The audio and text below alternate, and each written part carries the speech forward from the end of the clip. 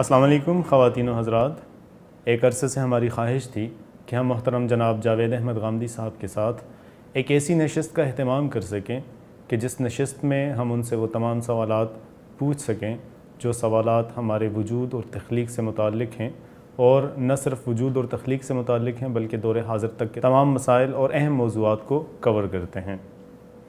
اس سلسلے میں آج ہمیں اس نشست کا موقع ملا ہے۔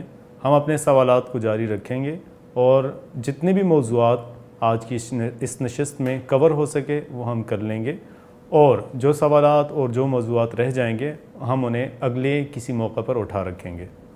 ہماری آج کی اس نشست میں میں ہوں وقاص خان، اور میرے ساتھ موجود ہیں محمد حسنین اشرف اور عثمان رمزی۔ عثمان، میں چاہوں گا کہ آپ ہی اپنے سوالات سے اس نشست کا آغاز کریں۔ اچھا صاحب، میں کون ہوں، میں کہاں سے آیا ہوں، میں کہاں جا رہا ہوں، ان بنیادی سوالات کو حل کرنا کیوں ضروری ہے؟ مجھے کائنات کی توجیہ آخر کیوں کرنی ہے، یا مجھے خود کو کیوں کھوجنا ہے؟ انسان پتہ نہیں کب سے ان سوالات کے پیچھے لگے ہوئے ہیں، ان کے کئی جوابات ہیں۔ اگر آپ سے یہ پوچھا جائے کہ انسان کو خود کو کیوں کھوجنا ہے، کائنات کی توجیہ کرنی ہے، تو اس کی وجہ کیا ہو سکتی؟ اس طرح کا سوال جب بھی کیا جائے گا تو تحلیل کرنا پڑے گی نا، انسان کیا ہے۔ انسان کا اگر آپ جانوروں کے ساتھ موازنہ کریں تو اس کے اندر 3 بنیادی خصائص ہیں۔ وہ ایک عقلی وجود ہے، وہ ایک اخلاقی وجود ہے، اور وہ حس جمالیات رکھتا ہے۔ یہ تینوں چیزیں اس کے اندر ودیت ہیں۔ یہ بالکل اسی طرح ودیت ہیں جس طرح کہ اس کو آنکھیں دی گئی ہیں اور وہ دیکھنے پہ مجبور ہے، کان دیے گئے ہیں اور وہ سننے پہ مجبور ہے، اس کو حصے لامسہ دی گئی ہے اور وہ چھونے کے لیے مجبور ہے، اور پھر ان احساسات کو بھی قبول کرنے کے لیے اللہ تعالیٰ نے اس کے اندر جو خصوصیات رکھی ہیں ان کے سامنے بے بس ہو جاتا ہے۔ تو اس وجہ سے یہ جو بات آپ نے فرمائی ہے کہ کیوں، تو اس کا جواب یہ ہے کہ انسان آج تک اس کیوں سے دستبردار نہیں ہو سکا۔ جب تک اسے عاجز نہ کر دیا جائے وہ یہ کیوں اٹھاتا رہتا ہے، کیونکہ وہ ایک عقلی وجود ہے۔ وہ اپنے باطن کے علم کو باہر کی اشیاء کے ساتھ متعلق کرتا ہے، وہ اس کی بنیاد پر حکم لگاتا ہے، وہ انہیں صورت بھی دیتا ہے، وہ انہیں معنویت بھی دیتا ہے۔ اسی پر اس کی ساری زندگی کا انحصار ہے، اس کے سارے علم کا انحصار ہے، اس کی ساری تہذیب کا انحصار ہے۔ تو اس سے اس کو کس طرح محروم کیا جا سکتا ہے؟ یعنی جس طرح اسے بھوک لگتی ہے، جس طرح اسے پیاس لگتی ہے، بالکل اسی طریقے سے اس کے اندر تجسس پیدا ہوتا ہے، اور وہ یہ سوال کرتا ہے یہ کیوں، وہ کیوں، ایسے کیوں۔ اس کے نتیجے میں فلسفہ وجود میں آتا ہے، اس کی حصے جمالیات ہے جو ادب کی مختلف اصناف کو تخلیق کرتی چلی جاتی ہے، فنون کو تخلیق کرتی چلی جاتی ہے۔ اس کا اخلاقی وجود ہے جو دنیا میں نظم بناتا ہے، باہمی تعلقات کو استوار کرتا ہے، یہاں تک کہ ہم اقوام متحدہ کے چارٹر تک پہنچ جاتے ہیں۔ تو یہ میرا باطن ہے اور آپ کا باطن ہے جس کا ظہور ہو رہا ہے۔ ایسا نہیں کہ کسی نے کہہ دیا ہے کہ یہ کیوں ہوتا ہے اور کیا ہوتا ہے، اس پر ضرور گفتگو کرنی ہے۔ لیکن سر اس تجسس کا رخ تو متعین ہوتا ہے نا۔ ایسا نہیں لگتا کہ ہم نے دیومالائی جو ہے وہ قصے کہانیوں کے ساتھ آنکھ کھولی، تو اس بات کو ڈیفائن کرنا ضروری ہو گیا کہ مقصد کیا ہے، اور اوپر تو کوئی نہیں بیٹھا ہوا۔ اس سے پھر پیچھے جائیں، خود دیومالا کے وجود میں آنے کی وجہ کیا ہے؟ وہی تجسس۔ میں چونکہ اس مسئلے کو حل کرنا چاہتا ہوں، میں اپنے وجود کی تحلیل کرنا چاہتا ہوں، میں یہ جاننا چاہتا ہوں کہ یہ کائنات کیا ہے، میں یہ جاننا چاہتا ہوں کہ میں کیا ہوں، میں یہ جاننا چاہتا ہوں میرا مبدا کیا ہے، میں یہ جاننا چاہتا ہوں میرا منتہا کیا ہے۔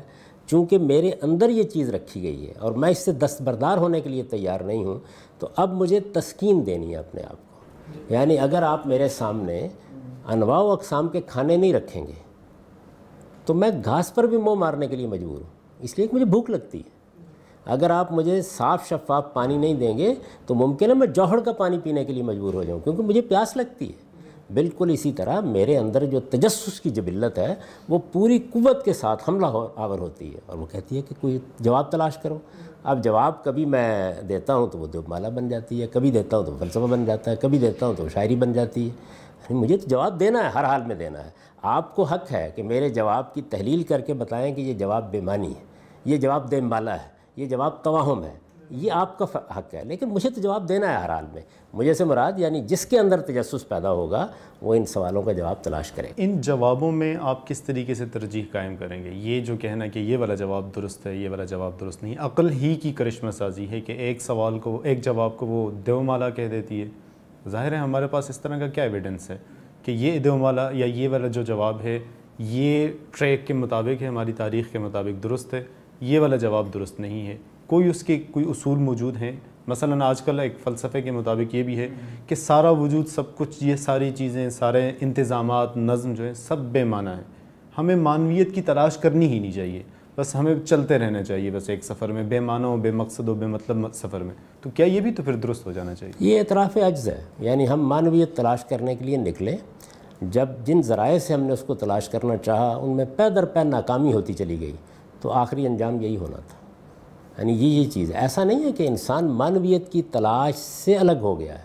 میں کہتا ہوں جو آدمی یہ تقریر کر رہا ہے، بلکہ ما بعد طبیعت سے لے کر ما بعد جدیدیت تک جو کچھ وجود میں آیا ہے، اس سارے سفر پر آپ ایک نگاہ ڈالیں. یہ آخری آدمی جو چیخ چلا کے آپ سے یہ کہہ رہا ہے کہ نہیں میرے غم مجھ تک رہنے دو، میرے نیریٹو ہے، مجھے باقیوں سے کیا تعلق. یہ جو کچھ کہہ رہا ہے اس کو یہ خبر دیجئے کہ جو بڑے بنیادی سوالات ہیں ان کا جواب مل گیا ہے کہیں. چلیے آج کے زمانے میں چونکہ سائنس ایک چھوٹا سا خدا بن چکی ہے، تو کہیے کہ سائنسدانوں نے جواب تلاش کر لیا ہے. وہ بالکل ہڑبڑا کے اسی طرح اٹھے گا اور اٹھ کر بھاگ کھڑا ہوگا کہ مجھے وہ جواب تلاش کرنا ہے. تو یہ اعتراف عجز ہے جس سے یہ ذہنی کیفیت پیدا ہوتی ہے. یعنی میں معنویت کی تلاش میں نکلا تو اصل میں یہ وہ مزدور ہے جو بیچارہ روز کھڑا ہو جاتا تھا کہ مجھے کوئی مزدوری کے لیے لے جائے. جب برسوں نہیں ملی تو اس کے بعد اس نے کہا کہ اچھی بات ہے، خاک ہی چاٹتے ہیں. اعتراف عجز ایک اور چیز ہے، لیکن میرے باطن کے اندر لگی ہوئی پیاس نہیں بجھی، بھوک نہیں مٹی. میں آج بھی یہ چاہتا ہوں کہ یہ معمہ حل ہو، مجھے اس کا جواب ملنا چاہیے. جس طرح وقاص نے کہا کہ جواب ہم ڈھونڈنے کی تلاش میں، تو اس کا معیار کیا ہوگا اس جواب کا جس پہ آپ کی تسکین ہو جائے؟ کیا وہی آپ کے لیے آپ کے وجود کی تعبیر ہے، توجیہ ہے، کائنات کی تعبیر؟ دیکھیے اس میں بھی میں نے جس طرح کے پہلے سوال کے جواب میں عرض کیا کہ ہم جب انسان پر گفتگو کریں گے تو یہ دیکھنا چاہیے کہ انسان کیا ہے. اب جب ہم اس پر گفتگو کر رہے ہیں کسی جواب کو درست یا غلط قرار دینے کا معیار کیا ہے، تو میرے نزدیک وہ معیار یہ ہے کہ ہمیں جو دستیاب بنائے استدلال ہے کیا وہ اس کے لحاظ سے ٹھیک ہے. وضاحت کریں اگر. دیکھیے نا، میرے پاس خارج کی دنیا سے متعلق ہونے کے لیے آنکھیں ہیں، میرے پاس خارج کی آوازوں کو سننے کے لیے کان ہیں. تو اس کا مطلب یہ ہے کہ میرے پاس حواس ہیں. یہ ایک ذریعہ ہے جس سے میں خارجی کائنات سے متعلق ہو جاتا ہوں. چنانچہ وہ چیزیں جو میرے حواس کی گرفت میں آ جاتی ہیں ان کے بارے میں اب میں کوئی ایسی گفتگو سننے کے لیے تیار نہیں ہوں جو مجھے کسی ماورائی دنیا میں لے جائے. اس لیے کہ میں کہتا ہوں کہ میرے پاس حواس موجود ہے، میں اس میز کو دیکھ سکتا ہوں، میں اس کو لیبارٹری میں لے جا سکتا ہوں، میں اس کا تجزیہ کر سکتا ہوں. یعنی دیکھ سکتا ہوں کہ سادہ بیان سے لیبارٹری میں لے جا کر تجزیہ کر سکتا ہوں.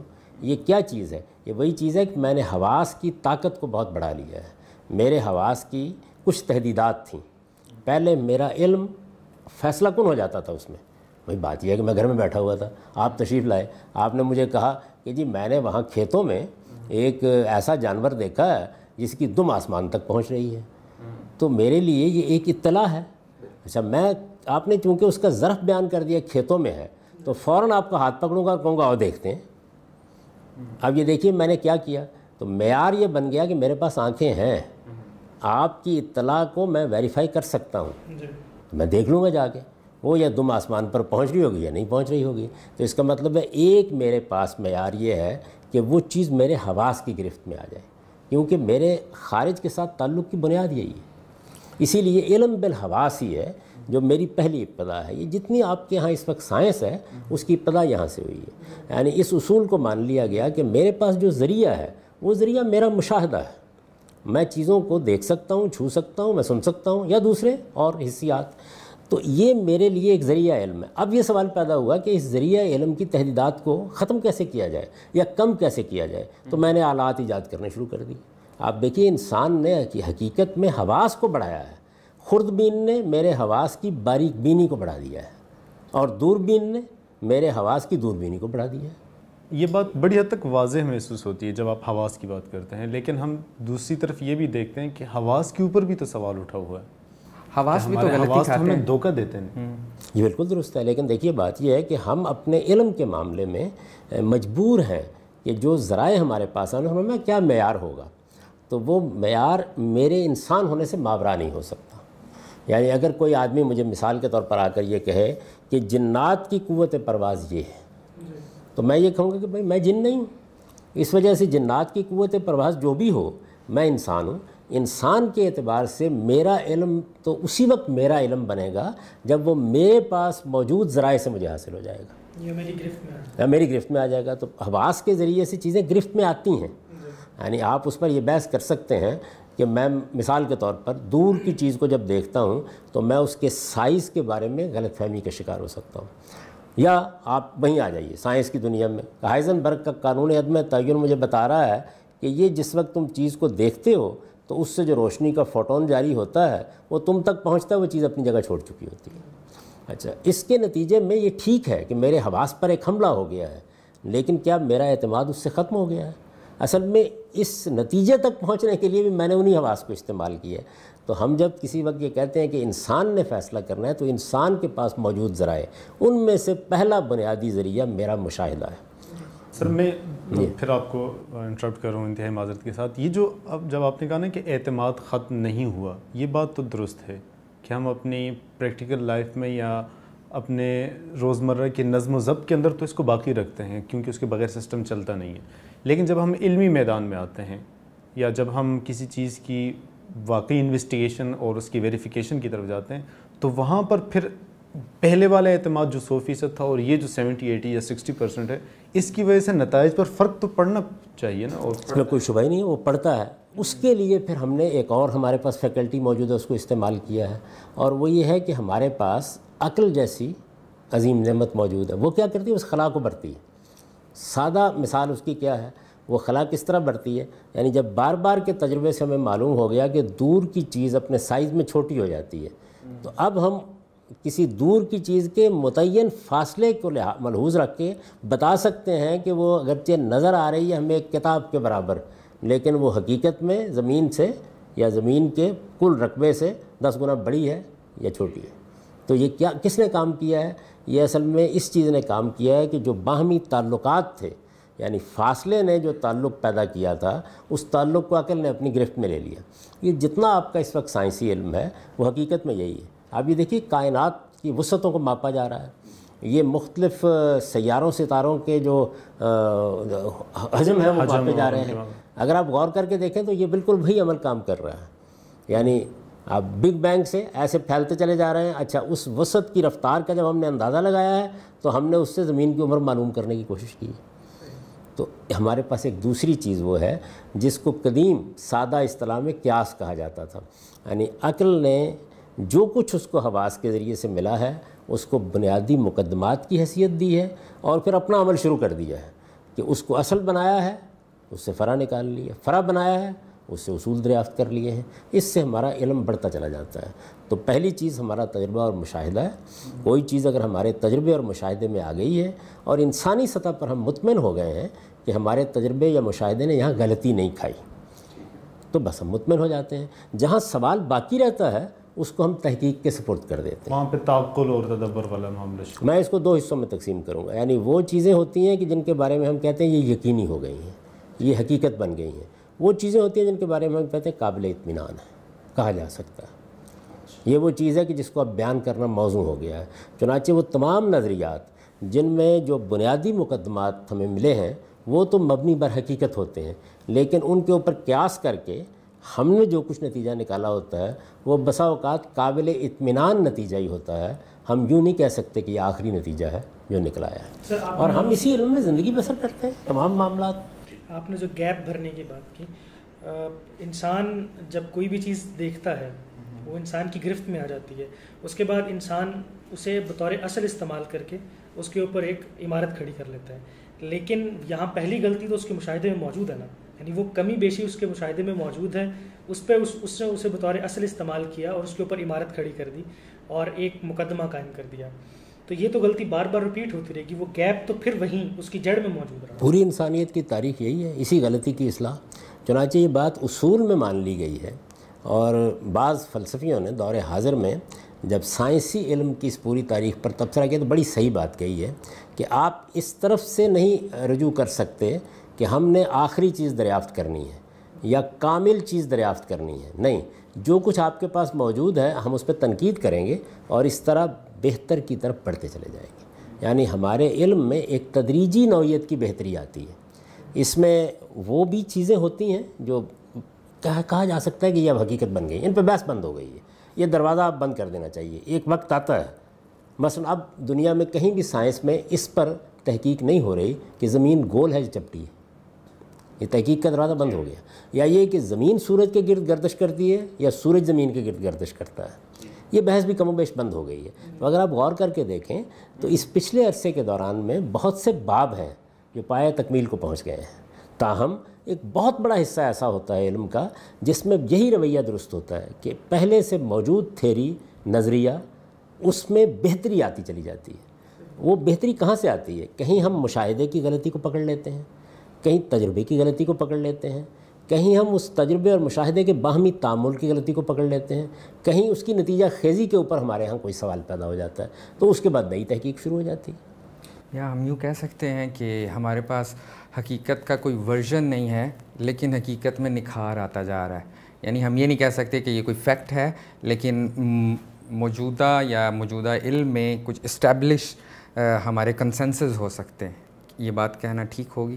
یہ درست ہے یہ بات. اس کی وجہ یہ ہے کہ جن چیزوں کو ہم کہہ رہے ہوتے ہیں کہ یہ حتمی ہیں, یہ قطعی ہیں, یہ یقینی ہیں, تو ظاہر ہے کہ اپنی انسانی تحدیدات میں یہ الفاظ بول رہے ہوتے ہیں. یعنی یہ دعویٰ کرنا یہ بہت بڑی بات ہے کہ ہم نے علم کی اتھا دریافت کر لی, بہت بڑی بات ہے. تو انسان کو اسی لیے یہ بتایا گیا ہے کہ وہ اپنے علم کے معاملے میں عجز کے ساتھ گفتگو کرے, کیونکہ اس کے علم کی کچھ تحدیدات ہیں. قرآن مجید نے جس موقع کے اوپر ایک سوال کا جواب دیا, یہ کہا یسألونک عن الروح, لوگ آپ سے پوچھتے ہیں کہ روح کیا چیز ہے, کیسے آتی ہے, کیا حقیقت ہے اس کی.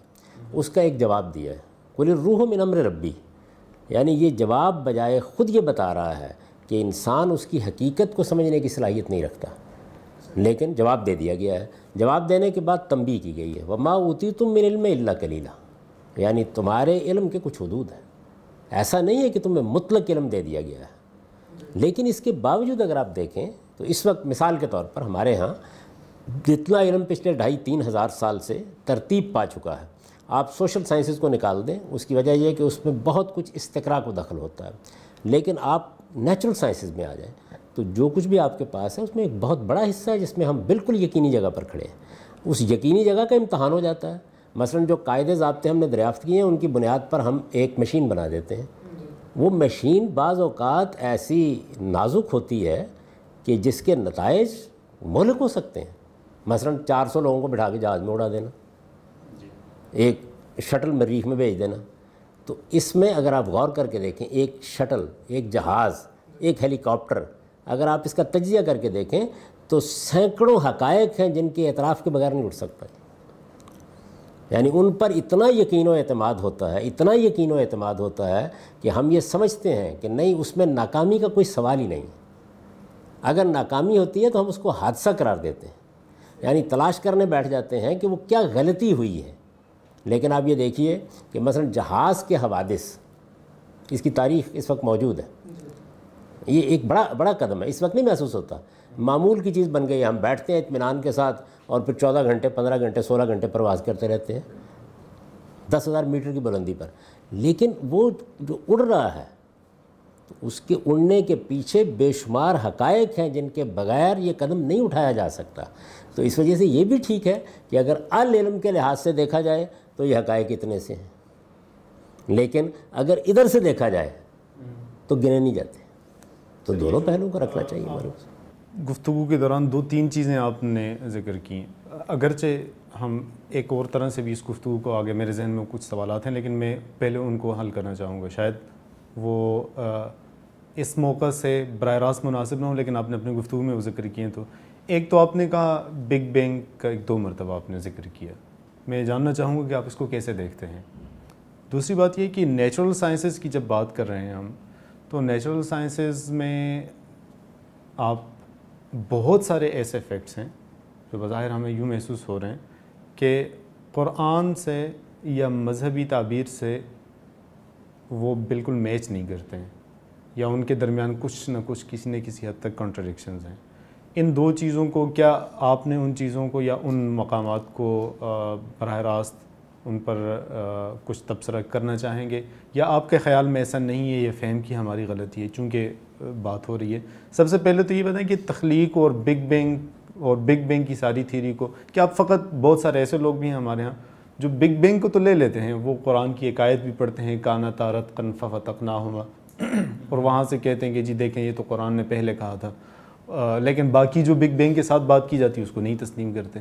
تو اہل علم ایسی چیزوں کے بارے میں کہتے ہیں کہ یہ کوئی درست رویہ نہیں ہے. آپ کے رویے میں اور ان کے رویے میں کوئی فرق ہے یا نہیں ہے, یا آپ کس طریقے سے دیکھتے ہیں, اس کو تھوڑا سا کھول دیجیے. میرا تو احساس یہ تھا جہاں سے گفتگو شروع ہوئی ہے کہ ہم قرآن پر یا وحی پر یا انبیاء پر اس پر نہیں آئے. یعنی ابھی ہم یہ دیکھنے کی کوشش کر رہے ہیں کہ ہمارے پاس کیا چیزیں ہیں جن پر ہم حقائق کو پرکھ سکتے ہیں. اس میں میرا خیال ہے کہ تھوڑی سی مزید گفتگو کر لی جائے, اس کے بعد اس پر بھی آ جائیں گے. ہمارے پاس جو ذرائع ہیں وہ کیا ہیں, تو میں یہ گزارش کر رہا تھا کہ دیکھیے ہمارے پاس جو ذرائع ہیں ان ذرائع کے بارے میں ہمیں اطمینان ہونا چاہیے کہ وہ انسانی ذرائع ہیں. یہ اطمینان ہونا چاہیے کہ ان ذرائع پر اعتماد کی بھی ایک تاریخ ہے. یہ اطمینان ہونا چاہیے کہ ایسا نہیں ہے کہ وہ ہمیں ہمیشہ دھوکہ دیتے ہیں, نہیں, اس میں دھوکے کا امکان باقی رہتا ہے. اس پر بھی اعتماد ہونا چاہیے کہ اس کے نتیجے میں ہم بہت کچھ حاصل کر چکے ہیں. یعنی اس وقت ہماری تاریخ میں بہت کچھ حاصل ہو چکا ہے. جی, اب جو آپ نے بتایا ہے, میں معذرت کے ساتھ, تیسرا بھی کوئی ذریعہ علم ہے. ایک تو حواس ہیں, دوسری عقل ہے, تعقل. تیسرا بھی کوئی ذریعہ علم ہے؟ دیکھیے انسان کے پاس تین ہی چیزیں ہیں. اب تک جتنا علم ہمارا ہے اس میں بنائے استدلال تین ہی چیزیں بنتی ہیں. یعنی یا میرا تجربہ اور مشاہدہ, یا میرا عقلی استنباط جس کو آپ انفرنس کا طریقہ کہتے ہیں, جس میں موجود مقدمات سے استنباط کیا جاتا ہے, یا اصل اور فرع کے باہمی تعلقات دریافت کیے جاتے ہیں, اور یا اسٹیبلش ہسٹری, تاریخ. یعنی یہی چیزیں ہیں. اور یہ تاریخ بعض اوقات سائنس پر بھی اثر انداز ہوتی ہے. جب بھی آپ یہ کہتے ہیں کہ فلاں چیز کے فاسلز مل گئے ہیں, تو اس کا مطلب یہ ہے کہ تاریخ کو سمجھنے کا ایک اور مواد مل گیا. جب ہم کہتے ہیں فلاں جگہ پر ایک مخطوطہ دریافت ہو گیا ہے, تو اس کا مطلب ہے کہ کسی کتاب کے بارے میں جو ہم اس سے پہلے گفتگو کر رہے تھے اس کی تصدیق, تصویب کا ایک نیا ذریعہ دریافت ہو گیا ہے. تو اگر آپ غور کریں, یہ تاریخ میں نے بہت وسیع معنی میں بولا ہے. یعنی ماضی کی کسی چیز, خواہ وہ جمادات سے متعلق ہے, خواہ وہ انسانوں سے متعلق ہے, خواہ وہ نباتات سے متعلق ہے, اس کا کسی کبھی ذریعے سے ہمارے علم میں آ جانا. میں اس کو دو حصوں میں تقسیم کرتا ہوں. ایک اسٹیبلش ہسٹری ہوتی ہے, اس کی بنیاد یا تو لوگوں کا اجماع اور تواتر ہوگا جس میں پہلی تاریخ سے لے کے آج تک سب کچھ روشنی میں ہوگا, یا اس کے پیچھے آثار کی دریافت ہوگی. یعنی کوئی شہر دریافت ہو گیا, کوئی برتن دریافت ہو گئے, کوئی جگہ دریافت ہو گئی, اس میں ہمارے پاس کچھ حقائق آ جاتے ہیں جس سے ہم نتیجہ نکال لیتے ہیں. یہ تینوں ذرائع ہیں جن میں انسان کھڑا ہو کے گفتگو کرتا ہے. چوتھا ذریعہ کوئی میرے علم میں نہیں ہے. اب تک کی گفتگو سے یوں محسوس ہو رہا ہے کہ آپ نے ذرائع علم کے بارے میں کہا کہ وہ تین ہیں. یہاں تک ایک چیز تقریباً ہمارے ہاں میرے خیال میں کلیئر ہو, واضح ہو چکی ہے. شروع کر لیتے ہیں. تو اب ہم اس سے آگے تھوڑا جانا چاہیں گے, جو ہم اگلی نشست میں انشاءاللہ یہیں سے شروع کریں گے.